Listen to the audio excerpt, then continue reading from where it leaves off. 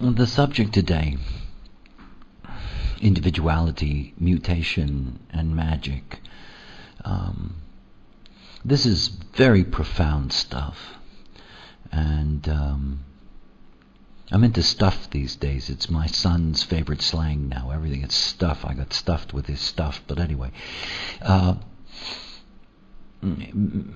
because it takes us into something that resonates at the personal level with everyone who's ever met this knowledge.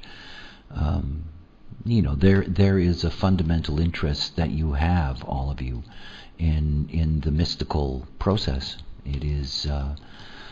It's part of why you're here, and it's part of why you were open to human design in the first place, and any of the other things that you met beforehand, and all the things you've been through, all of that on a fractal line, your fractal line in this direction.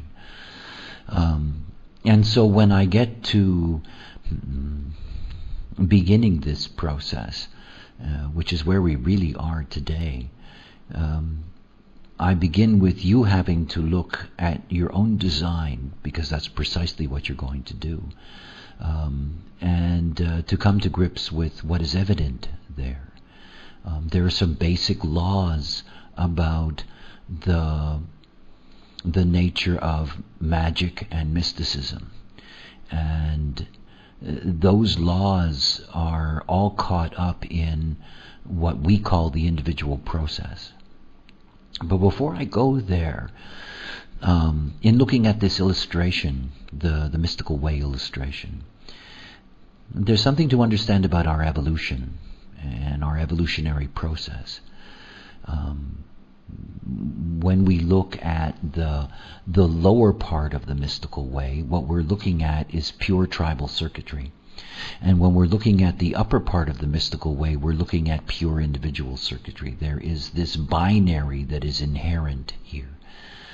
As a matter of fact, because the 4037 is not a mystical channel but a bridge, and remember that's very important to understand.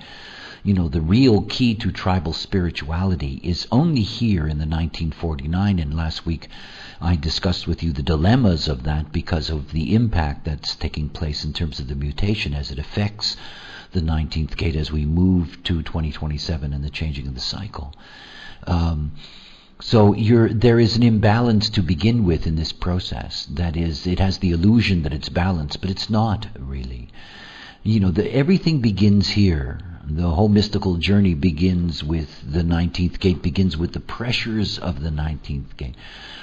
And those pressures of the 19th gate are not simply about the mystical way, as we well know, but they are about the whole civilization process that humanity has been going through for thousands and thousands of years. In fact, the 19th gate has been the foundation of this round. And this round of about 19,000 years that will come to an end in about 1,300 years. And this pressure driving us in a certain way, and driving us away from the mammalian. And it's one of the first things to recognize about the mystical process. When you look at the design of mammals, and by the way, the Architecture of Life series that's coming up in April, it is really quite something to ponder the different forms of life. And when you look at the mammalian form, and you see that it's endowed with the potential of the 19th gate, but it doesn't have the 49. That the 49th gate is in some ways a kind of miracle gate. And it's deeply, deeply connected to the way in which our awareness has evolved, and ultimately the 49th gate, much more than the 55th gate. Remember, they are both the same codon, they are both histidine.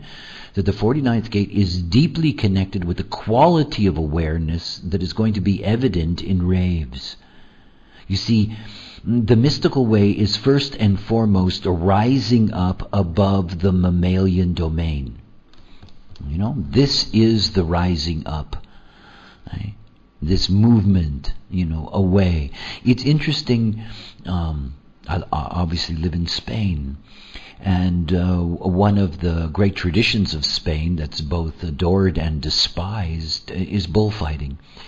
And the bullfight actually represents an example of this rising up. If you go back to ancient Aegean societies, there was a tradition, and that tradition was that you would entertain your tribe with various rites, and one of the rites was known as the bull dance.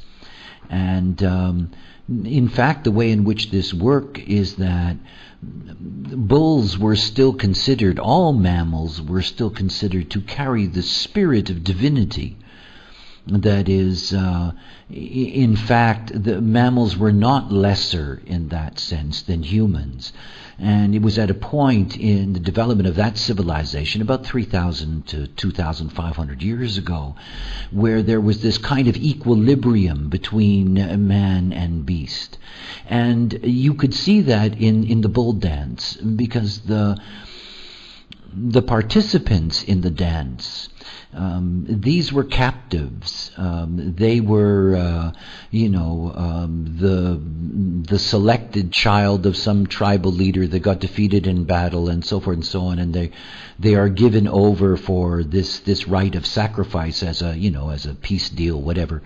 And these bull dancers were trained. And basically what they were trained to do was run into a ring where there was a wild bull and try to climb onto its back, holding onto its horns, and perform all kinds of, gymnastic whatevers. Most often they were gored to death. And it was quite common that the bulls, by the way, were never hurt in any way. They were divine in that sense, and this was a divine ritual. And, it was a rare thing for a bull dancer to survive. And when you move ahead in time, and you come to the advent of the bullfight itself, you can see this rising up had already taken place.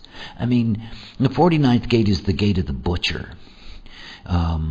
The 49th gate, here the 19th gate, you've got this territorial gate, and you've got a mammalian gate.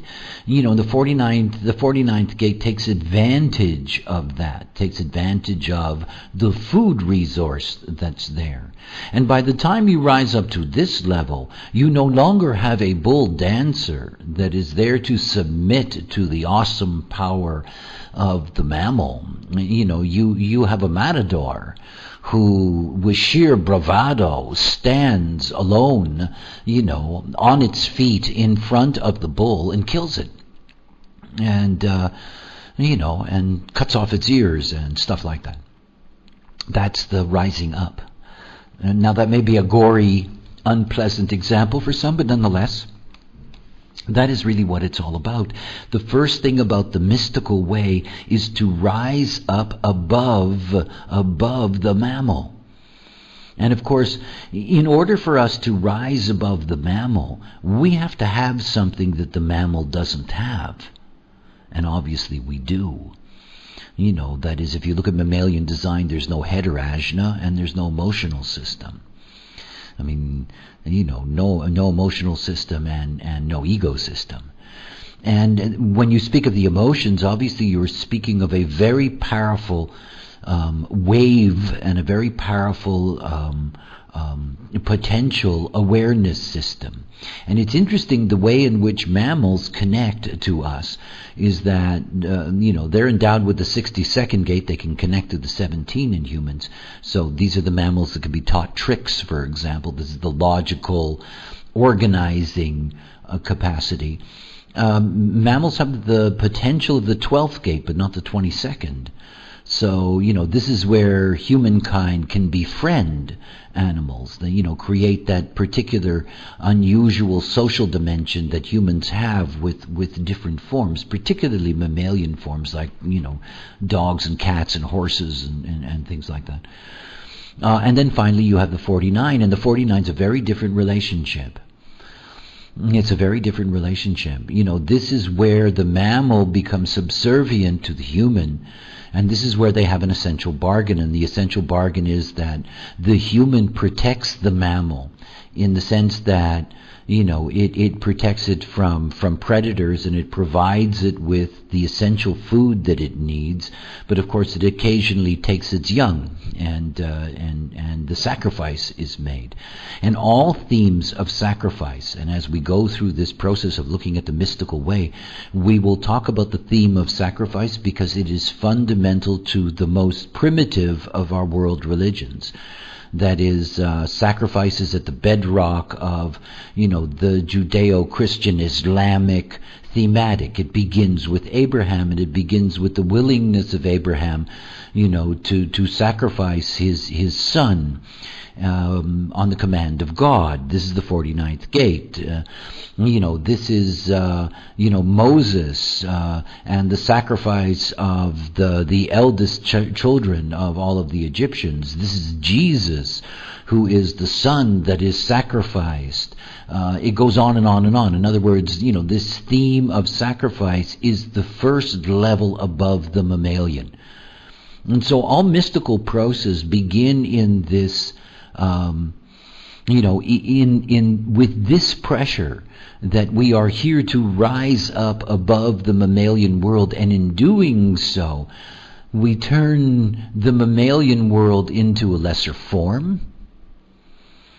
And in that way, we are able, and again, I'm talking about not self-consciousness, we are able to see ourselves as something special and something that is somehow endowed specially by the great forces, wherever those great forces happen to be. The dilemma of the 49th gate is that, first of all, this is this is an emotional wave, and it is a ratchet wave. And again, and this will lead us to interesting discussions about the cranking up of spiritual energy. Whether it is whirling dervishes, which can be an extreme, whether it was the first horse worshippers who would get under horse blankets and run around like mad until they built themselves up into some kind of an incredible state, whether it is the Southern Baptist preacher in the United States cranking up his crowd with,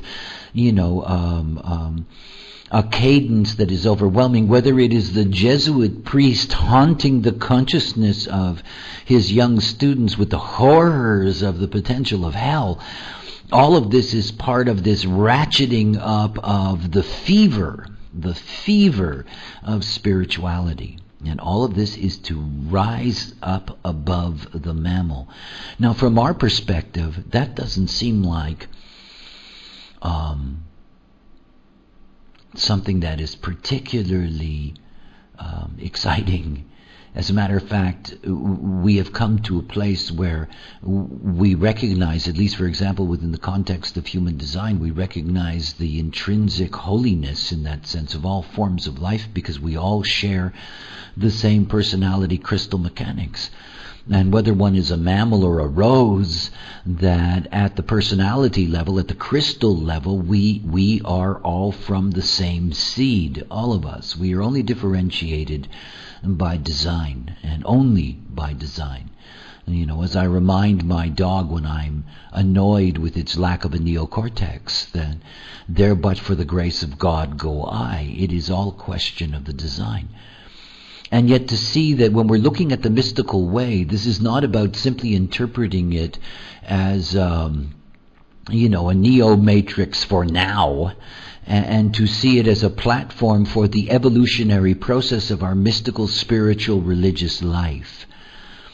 This rising up above the mammal remains today the bedrock of just about all the rituals that we have. When you think about the feasts associated with religious festivals, all of this is supported by our dominance over the food chain, and how important it is for us to, at the tribal level, to be able to, roast that goat and cook that pig, and whatever the case may be, as part of our festivals.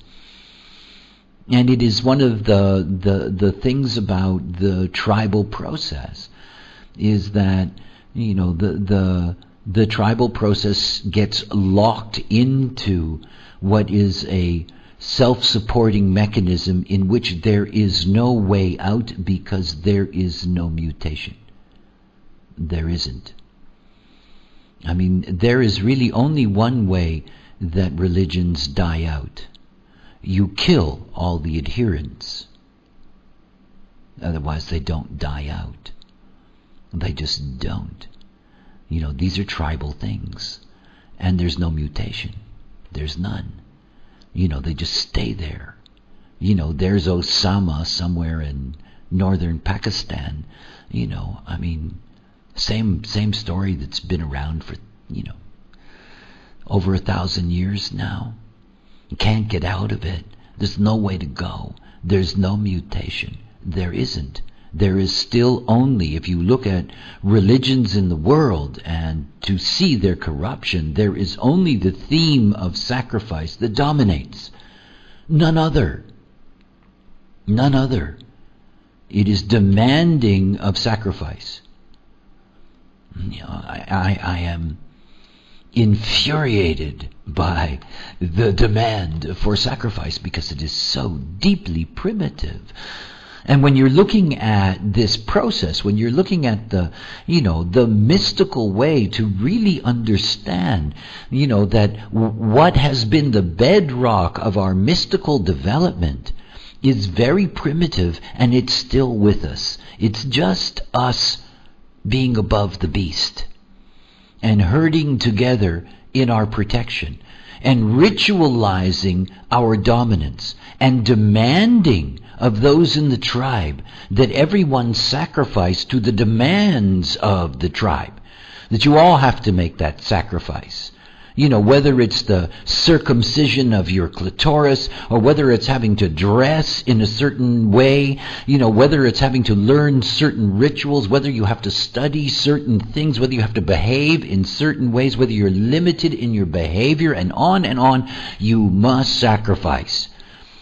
You must sacrifice for God. If you don't sacrifice for God, guess what? Guess what? You're gonna be punished. Oh, you've been bad, and you're going to pay the price. You didn't sacrifice, so now you will be sacrificed. 49th gate. Very primitive. Very primitive.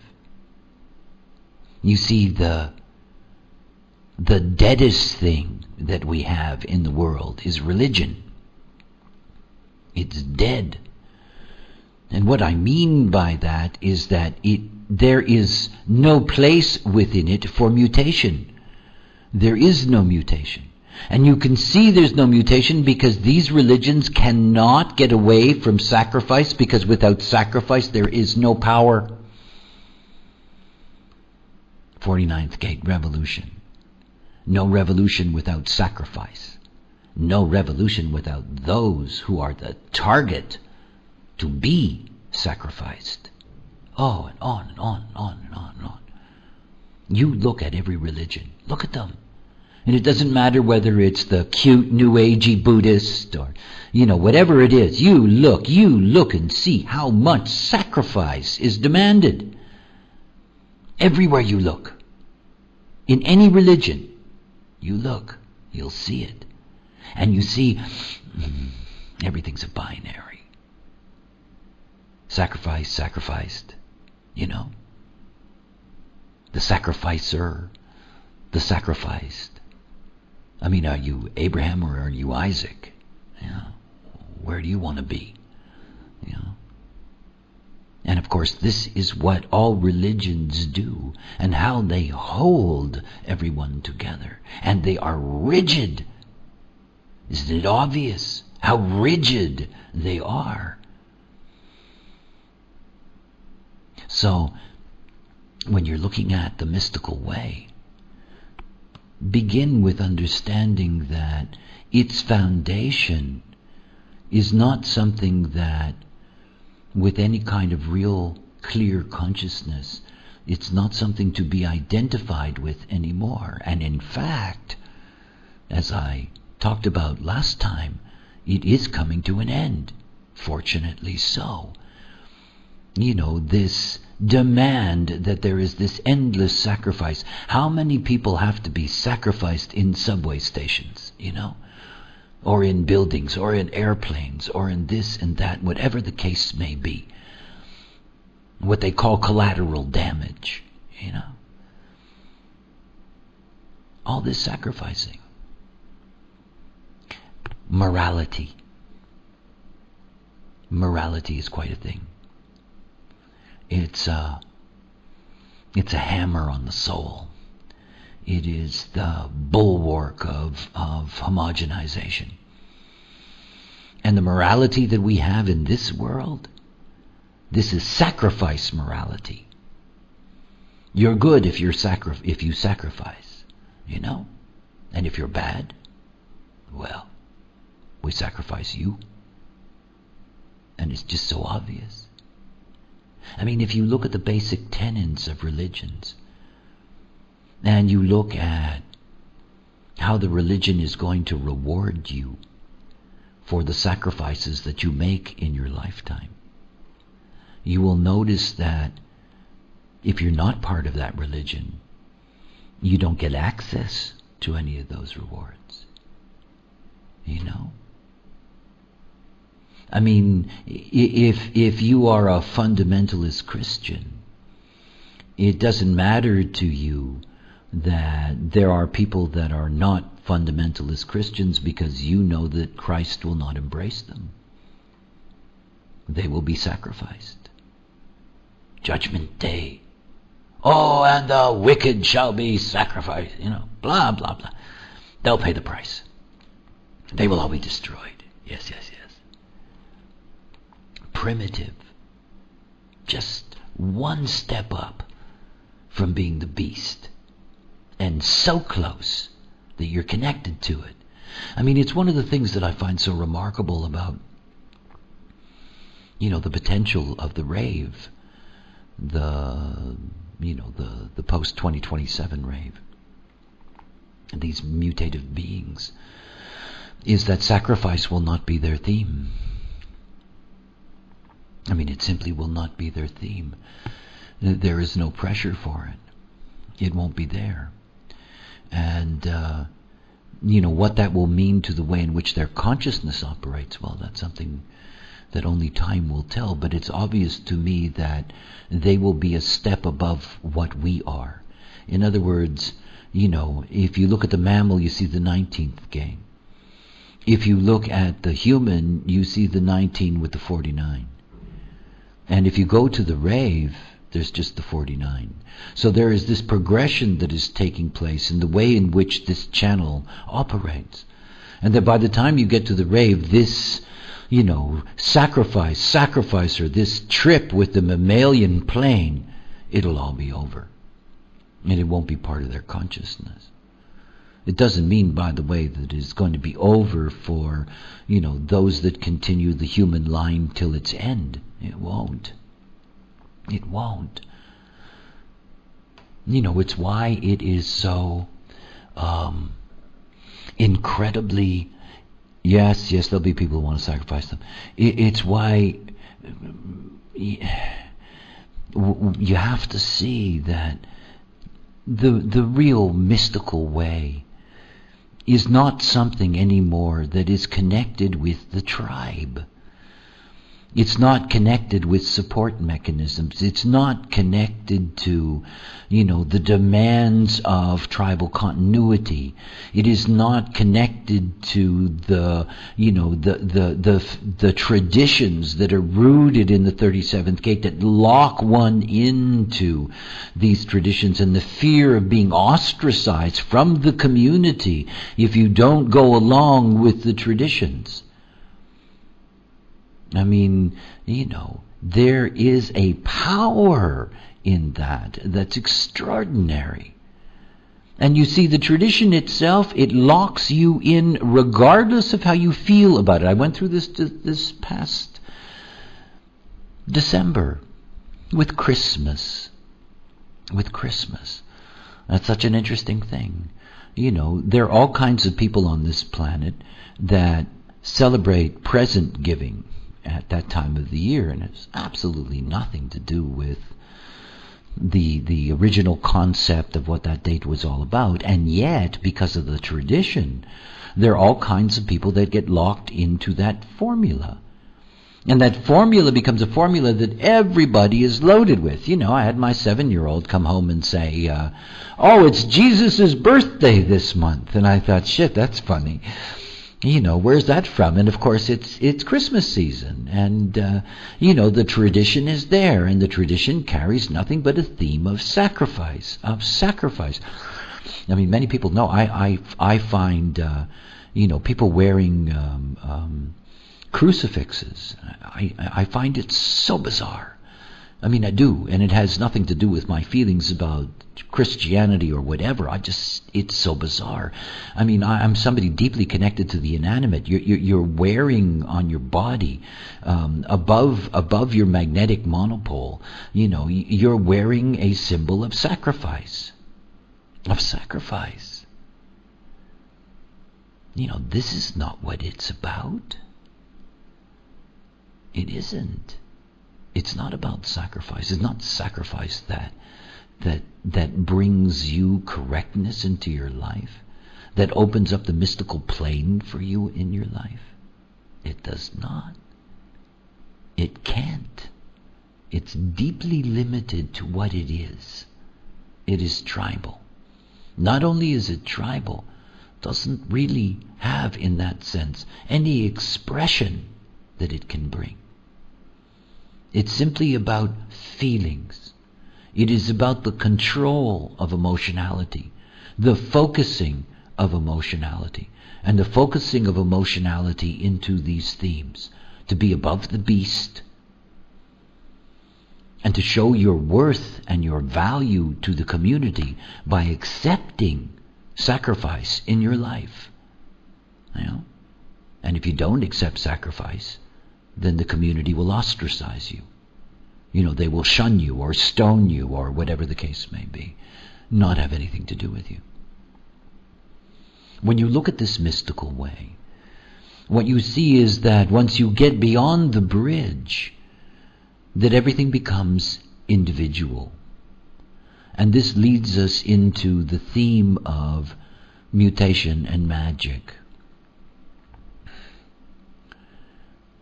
When you look at a human design body graph, there is nothing more common than the potential of individuality.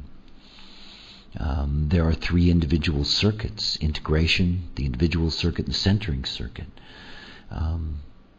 Individuality as circuitry touches every single center in the system, is connected to all of the awarenesses. I mean, individuality is the bedrock upon which the body graph is built. And individuality carries with it a very, very specific chemistry. And it is the chemistry of mutation.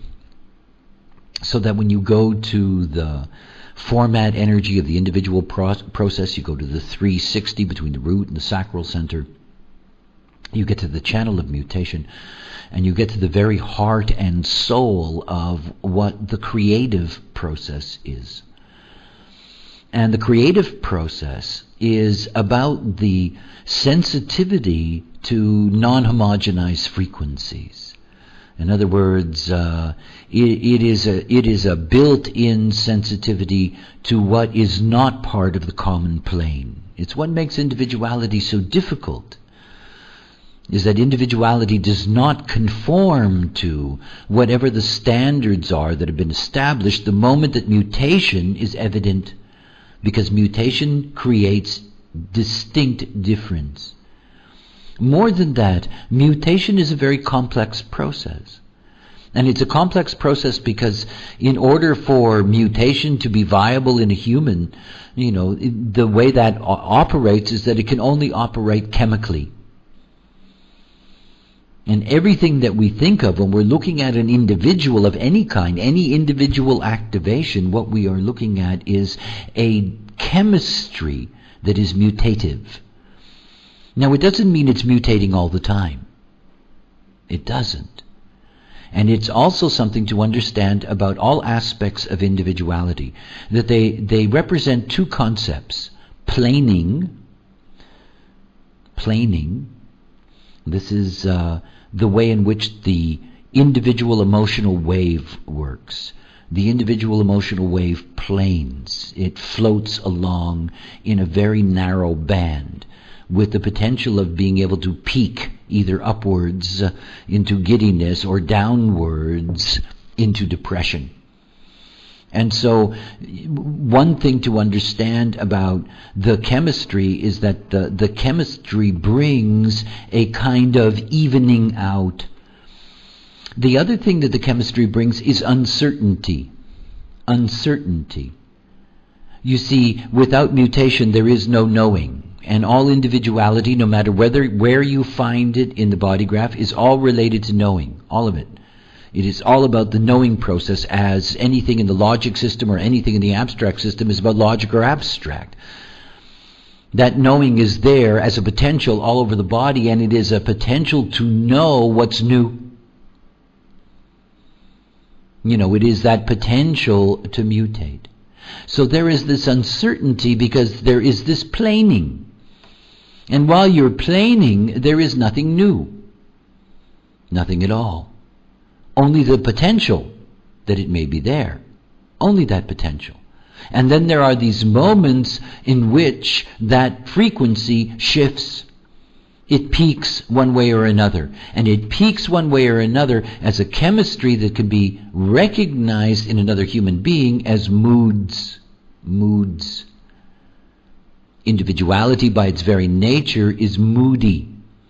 And it's moody because this is the actual quality of the chemistry. It's the quality. And the moodiness is there in the plane, no matter what. And the moodiness is in the uncertainty, no matter what. But in the moments of peaking, the moods shift. And again, they can shift upwards, they can shift downwards. It's a fascinating thing about individual moodiness. The best way to describe the chemistry is to describe it as the chemistry of melancholy, of sadness. And it is something that every creative person truly understands, that sadness, or at least the aura of sadness, that quality of sadness that all individuality recognizes, that sadness is a call to creative processes. And if there is no creative process to be called to, then it's a fall into the embrace of the chemistry as depression. And melancholy as depression, if it becomes the plane itself, is something that can last a whole lifetime. Yet everything about individuality is that it is this very potential for mutativeness that provides us with the potential to stay alive and to continue to flourish as a species. In other words, it is the way in which we avoid stasis and destruction, the way in which we keep on moving forward. And of course, physically, there is a whole history of mutation in humanity, a history of mutation that is part of what we call our larger evolutionary process. And there have been extraordinary mutations all the way along the line, beginning with, standing erect and the development of the neocortex and the dropping of the larynx, and endless numbers of mutations that have taken place along the way that have opened up the potential of our quality of self-reflected consciousness. But there's something else. You see, Creativity is truly receptivity. This is one of the great ironies. I am so aware of that as a writer of music. Or if I would phrase that correctly, I'm so aware of that as somebody who is written by music. because it does not originate in me. It is simply something that moves through and filters out that way, and I can be very romantic and call it the muse, but the reality is that, it is a particular serendipity at a particular moment when certain information moving through at that moment becomes music.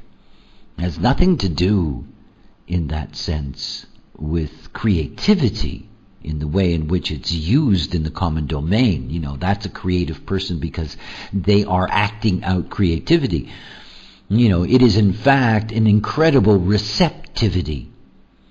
And when I look at, for example, art, for me the great artist is the most receptive. This special gift of being able to filter the muse. And this is what we all are as agents. We are all filtering agents, endowed with our crystals of consciousness, filtering the neutrino stream. And through the aspect within the matrix that we call individuality is the possibility to filter the neutrino stream so that it comes out in either what we would describe as a creative act or a mystical experience.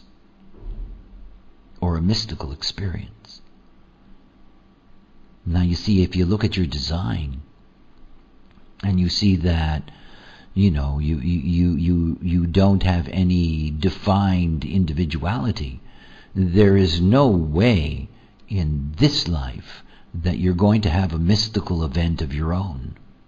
There is no way. It just can't happen. You can be conditioned to think you're experiencing some kind of event, and that would be putting you back into the whole 1949 mode and putting you back into the tribal traditional support mechanism, where you're homogenized into what you think is an experience, when in fact you're simply just taking that in from the outside, and it has nothing to do with you as a conditioned element. If you have activations in individuality but they are not defined, there are potentials there for both the magic and the mystical, yet it has to be understood that's waiting for an ideal bargain with the other. And for generators and projectors, it's deeply related to the other, and for reflectors and manifestors, it has to do with certain moments in the way in which the program conditions them.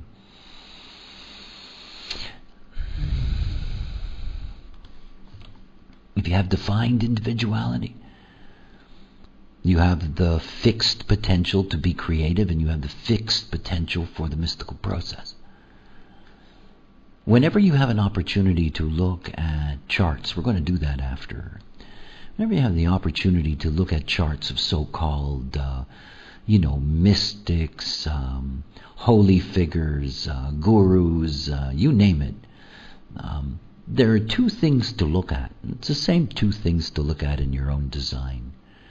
One is to look at the activations that they have in the mystical way, because it will describe their balance. For example, if you have somebody who's in 1949, then you're going to have somebody who's going to be very, very stuck in the sacrifice aspect of the mystical process, as an example.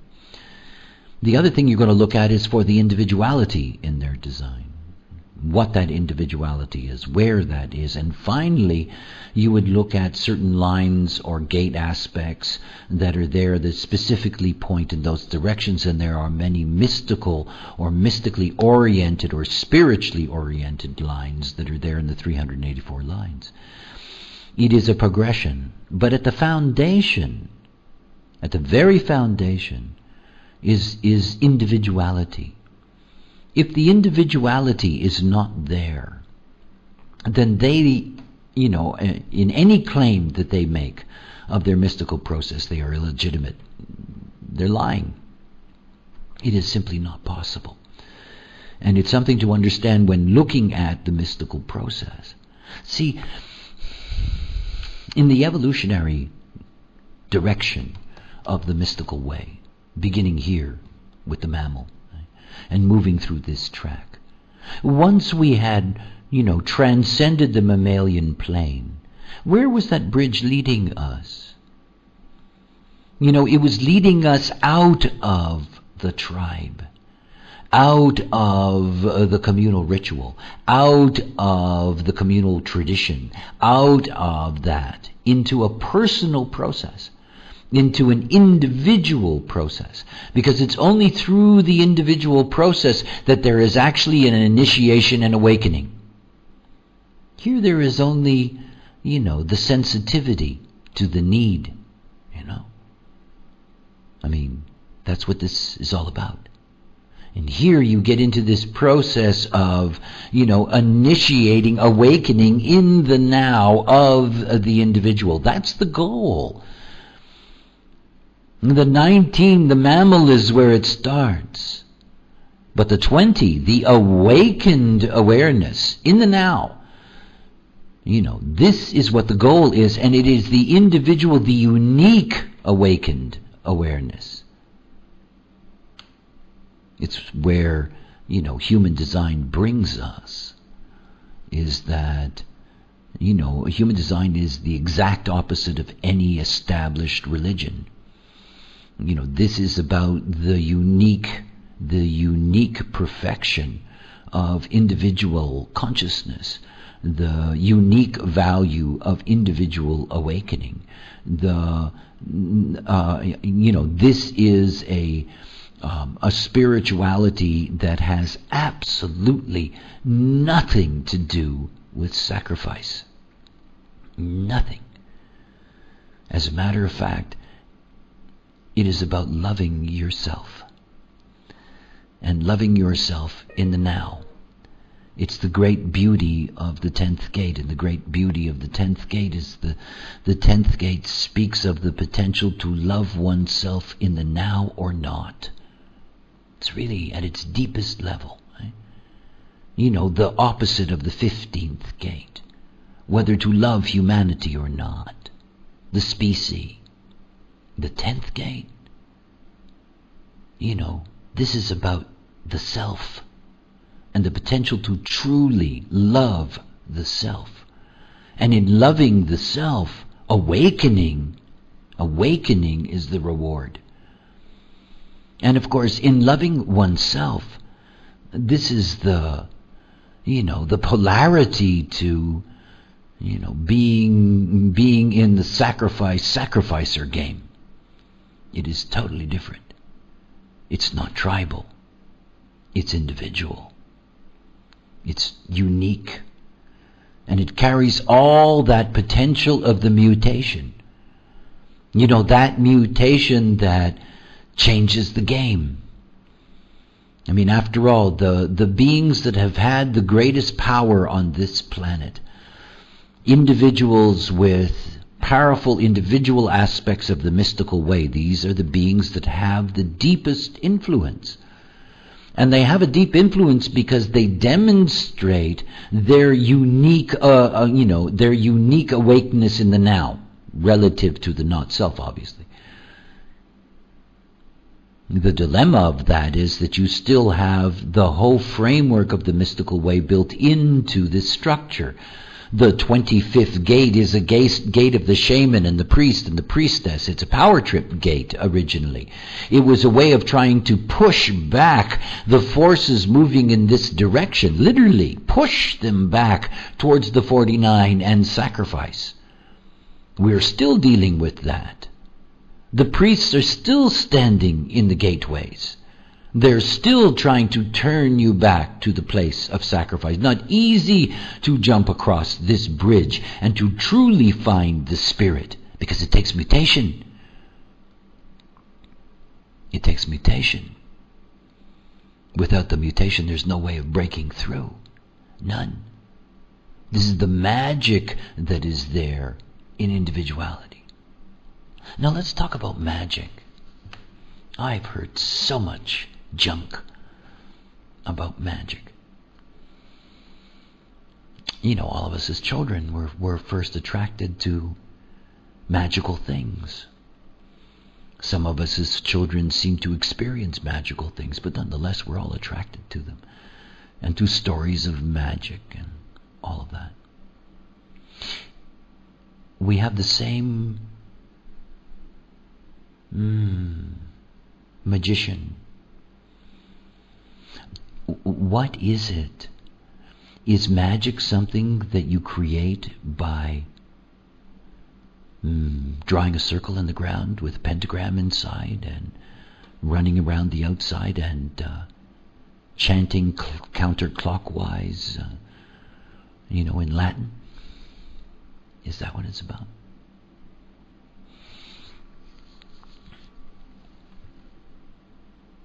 In 1983, when I disappeared, and I ended up here in Ibiza, I was offered a place to sleep. It was actually the roof of somebody's house. John Hurt, actually, the actor, the Elephant Man. Anyway, it was the first morning after a very damp night on the roof. I learned that Ibiza is a damp place. And I came inside to the house below, and it was occupied by a painter who had befriended me, and he was preparing for a vernissage, an opening show. And the house was just filled with canvases, some framed, some not. He was just getting that all together. It was quite a mess. And I walked over to an armoire that was standing in the corner, and one of these, big, heavy, tall boxes that you hang clothes in. And the door of the armoire, it was a glass door, so that, it was a full-length glass door, so you look at yourself. And the door was partially open, and hanging over the edge of the door was an Indian longi, and a longi is actually just a piece of cloth. It's a rectangular piece of cloth that in Asia is very common. You wrap it around your waist, and it's wonderful for hot country living. And it was just hanging over this door. And I suddenly caught myself looking in the mirror and looking into my own eyes. And in that experience of in that moment, in whatever that is, of looking into my eyes, it's very hard to describe these things. It's sort of like what happens when your ears bubble in an airplane, and you sort of feel cut off from the reality of the space you're in. I had this sensation of being cut off from the reality of the space that I was in. And then I watched, and that was the thing that was so extraordinary. I watched my hands grab this longi off of the edge of that door, that mirrored door, and slide my fingers down to either end so that I was holding it from its long length from either end and snapping it in the air with a kind of, it looked like I had done that all my life, and snapped it up and over my head. And it was something that, in that motion, in that separated space, I watched myself do a ritual act that I had never done, had never contemplated doing. Magic, you see, has been tied up with so much vanity. Just vanity. I'm a great admirer of Lao Tzu, the great Chinese thinker. And of course he's famous for saying things just happen, which in the hip 70s became shit happens, which is a wonderful expression because it's the deepest of truths. And I do love that awareness, and it's so clear. And it was so obvious to me, and it was so obvious to me from then on, because I was about to go through years of mystical experiences, so-called, none of which I had anything to do with. I mean, it's not like I was setting them up, looking for them. I didn't have any rituals. I didn't have any of this. I didn't have any of that. I simply experienced very odd things happening in that sense. In the same way that I experience a song coming through me and it comes out as a song. In the same way that I experience what I'm doing with you now, because I have no idea, never prepared. I don't know what I'm going to say. Well, it's just flowing through, that's all. All I can do is filter, and sometimes I filter teaching, and sometimes I filter music, and every once in a while I filter magic.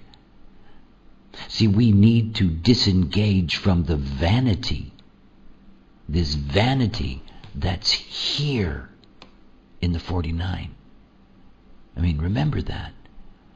This rush that came to humans when they could dominate the mammalian world. What a rush they had. How special they thought they were. It's real primitive down there. And it's something to keep in mind. And you see, there is this assumption that, magic doesn't happen. Magic is a ritual that you can perform. And unfortunately, and I only say that because that's my perception, is that every once in a while you would have somebody who would, have magic happen to them, and the way in which they would present that is, this is what I did, and this is what happened. It's like the painter who says, I painted the picture. Well, did you? There's an incredible vanity in that. It is what happened, regardless of whether you've trained and sweated and all of this and blah, blah, blah. This is a choiceless life, after all. It's just what's happening, and it's what's moving through, and magic is just like that. It's why I've always felt such empathy for, the New Age people who were looking for the mystical in their life. And how tragic it is that, looking for it is as clear a prediction that you're not going to get it as anything. It really is. It happens. And it doesn't happen when you want it to happen. And it doesn't give you what you think you should get. And there are so many people still today caught in the 49 primitiveness of the sacrifice game, who still play high priest and shaman, who take their little mystical moment, and they turn it into ritual and habit, and they tell other people that they can have it too, and it goes on and on and on and on and on in the old story. And this is what you have to do, and this is what you have to sacrifice, and and if you don't, you're out, and all of these things.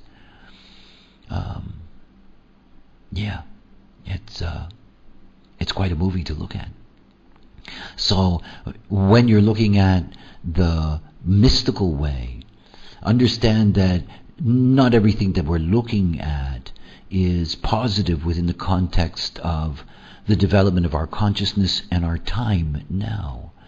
And to see that so many of the things that are part of the so-called mystical process have brought what is in fact great harm and evil and crime into this life. That so many human beings have been forced into homogenization, humiliated, by the sacrificing principle of what are primitive spiritual moments that have been concretized into endless millennium-long rituals, endless rituals. There's still these people in the springtime who actually crucify themselves, publicly, to demonstrate their connection to the sacrifice principle. It's all over the place out there. And the vanity. Oh, such vanity. It's the thing that astonishes me the most. I'm blessed with a big ego, so I can really smell the stink of vanity. And it's astonishing. What I did. I did this, I did that. This is, I worked it out, I figured it out, all of these things, all this I created it, I did it, I am it. It happened because I did this, it happened because I did that. Lies. Lies. Just happens. And if it doesn't happen, you don't get it. Period. It's just like that. And we have a classic example of the theme of sacrifice going on right now. I think everybody is aware of the fact that we have a so-called clash of civilizations. One of the underlying politically incorrect themes to talk about in terms of the Western Christian world and its relationship with the Muslim world. And it is all part of what I've been discussing during the last 4 months with the 3313 transit, talking about the birth of deep polarization on the planet. And it was really interesting because there is a huge story going on right now, and I don't know how much coverage it's getting in various places wherever you all are out there. In September of last year, a small Danish newspaper published a series of cartoons that were basically anti-Muslim cartoons, and one of them was an illustration of the Prophet Muhammad with a bomb for a turban.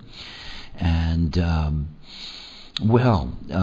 first of all, it is forbidden in Islam to create any image of the Prophet Muhammad, whether it's a nice image or not.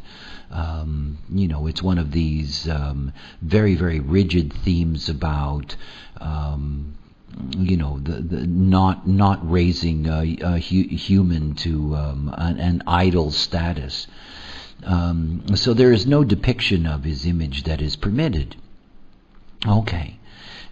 So you have this little magazine, and it published these pictures, and slowly the word got out from the rather large Muslim community that was in Denmark, many of whom found it offensive. And eventually, through whatever the communication links are, it ended up in Saudi Arabia and in other Muslim countries in the Middle East. And there has been an enormous backlash. And it is so interesting the way religions work, that is this primitive theme of sacrifice, that you will pay a price by not conforming to what our traditions are.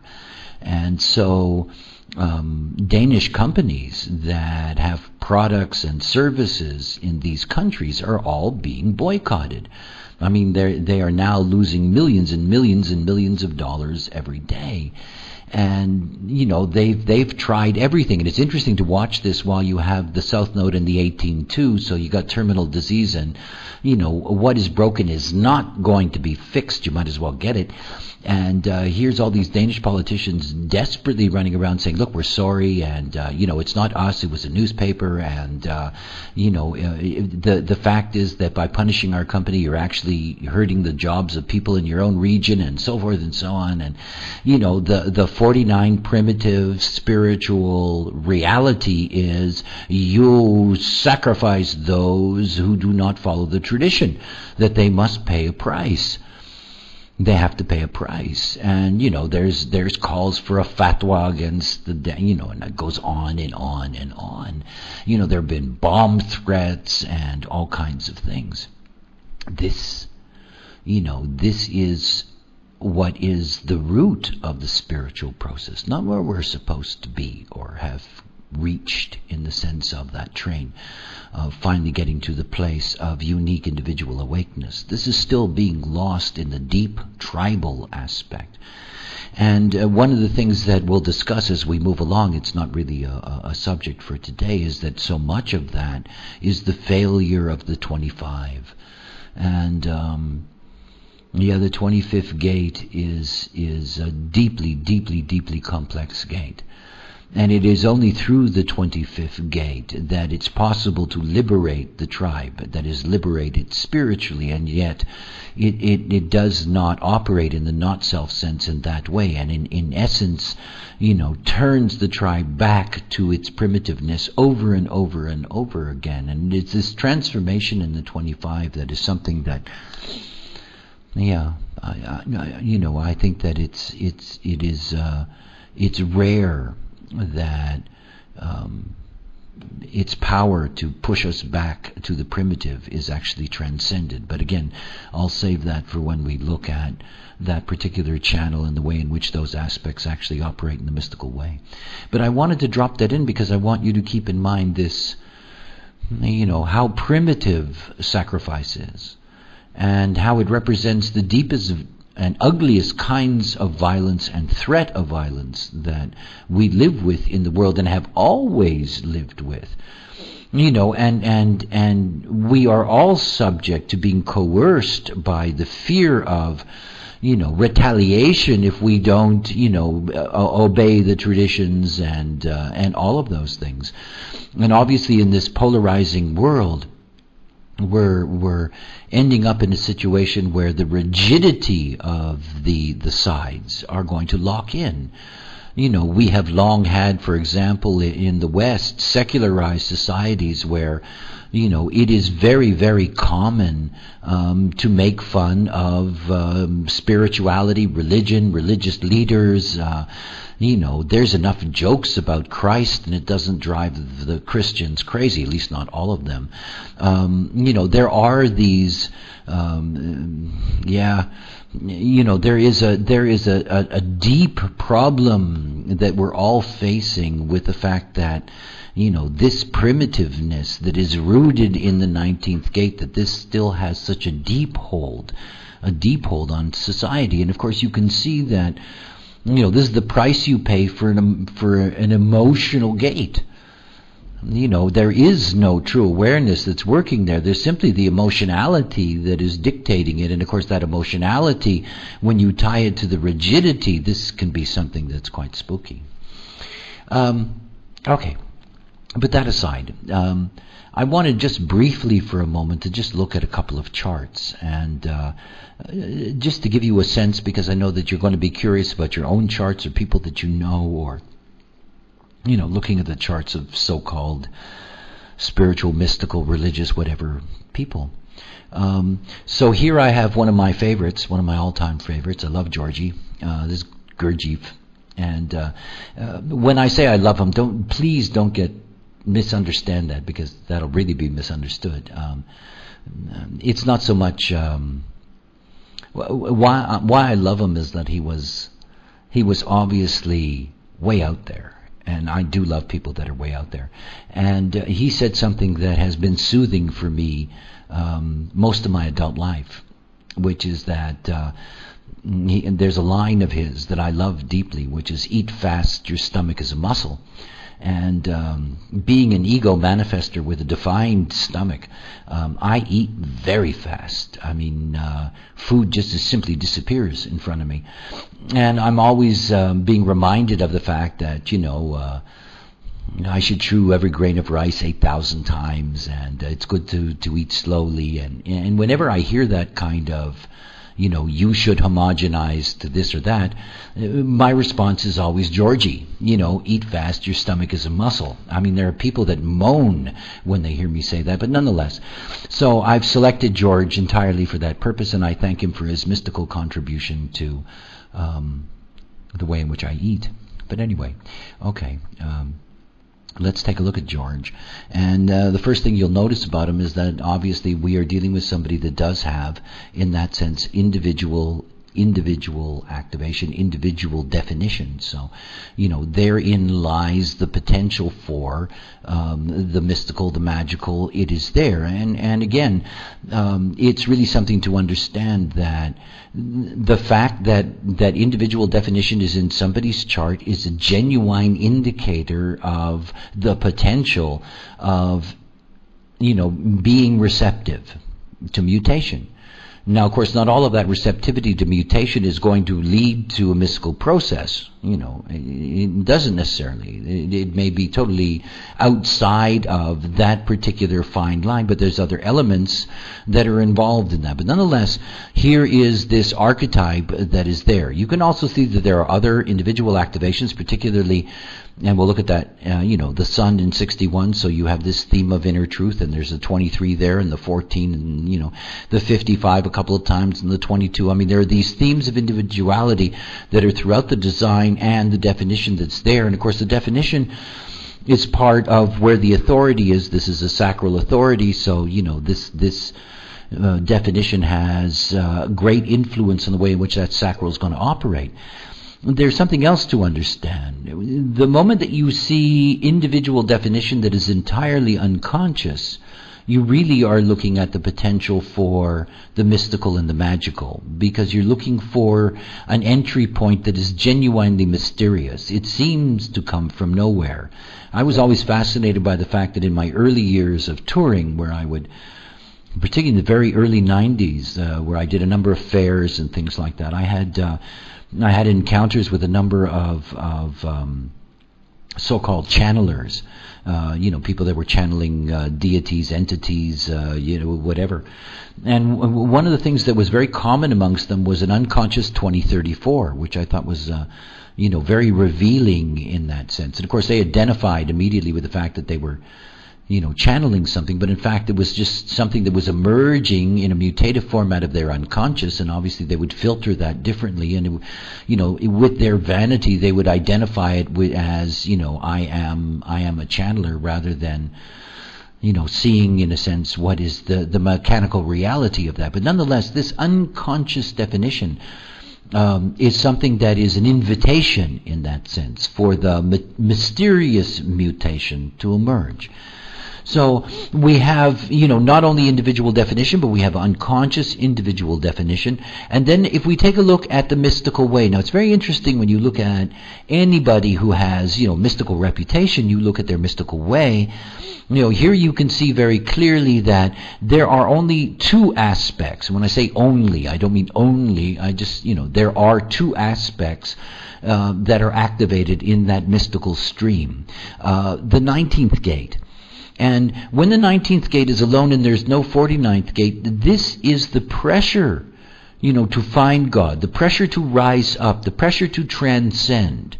So he was under a great deal of mystical pressure, and again, that mystical pressure would be, related specifically to the kind of conditioning that he would receive. The other aspect of that is the 40th gate. Now, the 40th gate is a gate of denial, and it is specifically a denial of God, within the spiritual context. So at the same time that he was under enormous pressure to rise up, there was a fundamental denial in him. Now, the 40th gate is a switch gate. A switch gate. When you think about the natural movement of the 40th gate, the natural movement of the 40th gate is to go into the 21. And those kind of childhood railroad setups, where you have the switches where you can, move the train from one track to another track. Well, that's what the 40 is like in terms of the mystical way. It's either going to move things to the 21 and it keeps them tightly within the tribal bounds, or it's going to move them towards the 51 and towards the possibility of initiation. So the 40th gate, when the 40th gate is present in somebody's design, as long as there's individuality in their design as well, there's always a chance that the forces will choose them, if I can use that language, pick them out, that it can happen to them. Nothing more powerful than natural denial to bring the binary. Bad guys attract good guys. It's like this is the way in which the world works. And denial is very good at attracting comeuppance. And it's something to keep in mind about, the way in which the different activations work in the stream. And of course, you'll see, because we have quite a journey to go through as we go through each of the gates and the channels and the lines, you'll begin to see how all of this can be read as a mystical analysis. All I'm doing for you here is just just trying to give you an overview so you're not operating blind when you're looking at yourself or looking at others. So the final thing is that you would look at lines, and you would look at specific lines that, point in those kinds of directions. Now, I don't want to go into, any great detail in this, but, one of the things to keep in mind is that here in the 61, the whole theme of seeking out inner truth. There are all kinds of things that, you can find if you start examining the lines and start looking through the information, but it's all secondary. For example, here we have the potential of a mystical archetype that both seeks and denies at the same time. So, this is the potential to be really open. But even in the moment of spiritual or mystical encounter, given the nature of the design, difficulties. For example, never really being sure, that this is the right direction. There's a lot of things that are built into it, that you have to see in terms of relationship of the design. But just from the mystical perspective, you're looking for individuality and the various gates of individuality that are part of it, and you're looking at the configuration within the mystical stream, all of which, as you'll see when we get to the end of this, will lead to a way in which you can have a mystical profile as such. And here we have Pope John Paul II. And here, when you look at Pope John Paul II, you can see this is a rigidly freaky being. Mr. Freak himself. So, this is somebody who is, very much, particularly at the mental plane, very receptive to, the mystical or the spiritual as an aspect of their creative process. And it's just an obvious. When you look over here to the split, and it's very interesting the way this is split off, but when you're looking over here to the split, you can see that you have the 49 and you have the 37 and the 40. And of course what you have is sacrifice as tradition, and this is the whole theme here.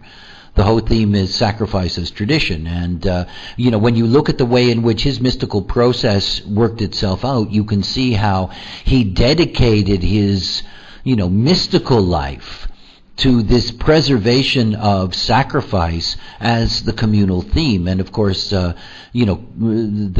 Christianity and the theme of Jesus, this is sacrifice is the central theme. He was sacrificed to absolve others of sin. This is the great theme of the Catholic spirit. So here you can see how naturally he fit into that, and again, how deeply mysterious it was for him.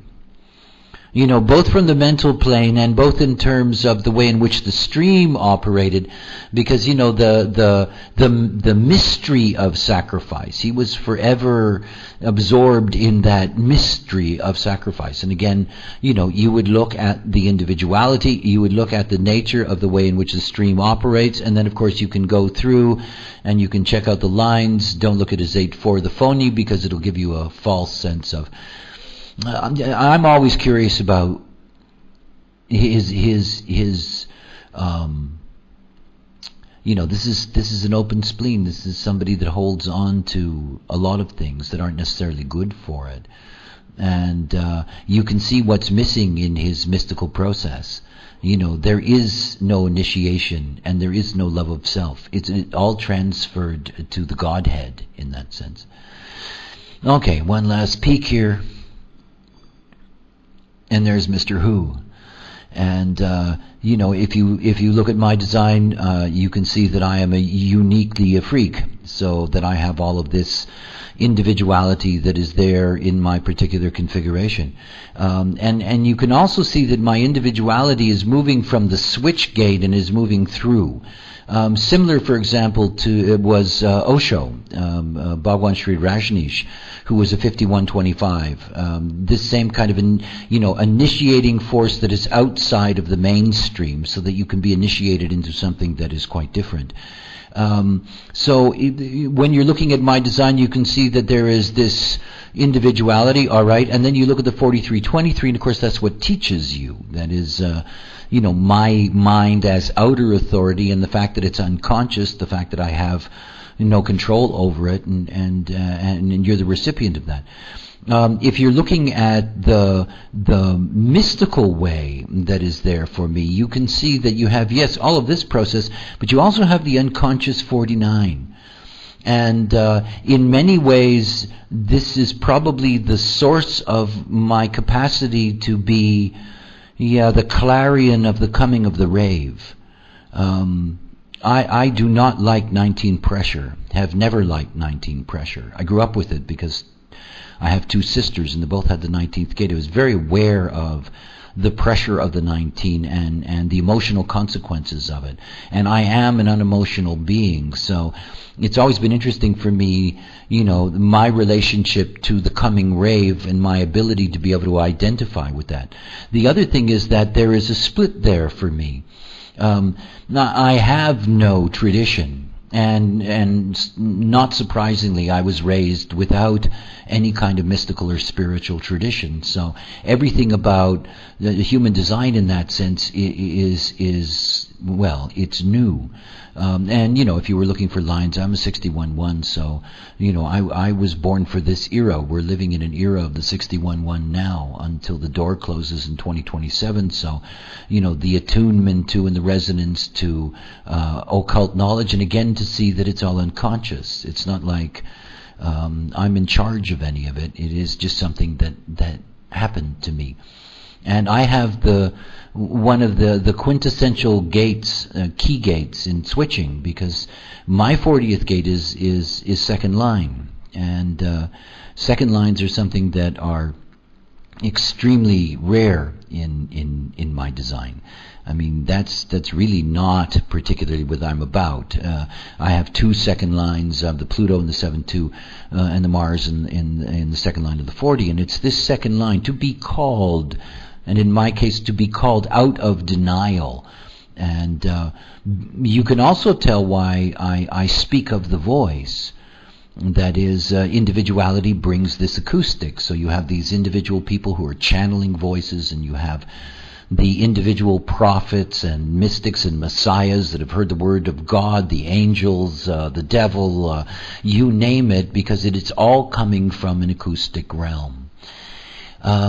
Okay, so that's your brief little surface journey through the structure. What I really want you to keep in mind are the relationship that lies here. That in looking at the mystical potential in design, that it's necessary to see the presence of individuality. It's necessary to see the qualities of activations that are there in the stream itself, and obviously to be able to look at the lines and ultimately all of it put together in terms of the design itself.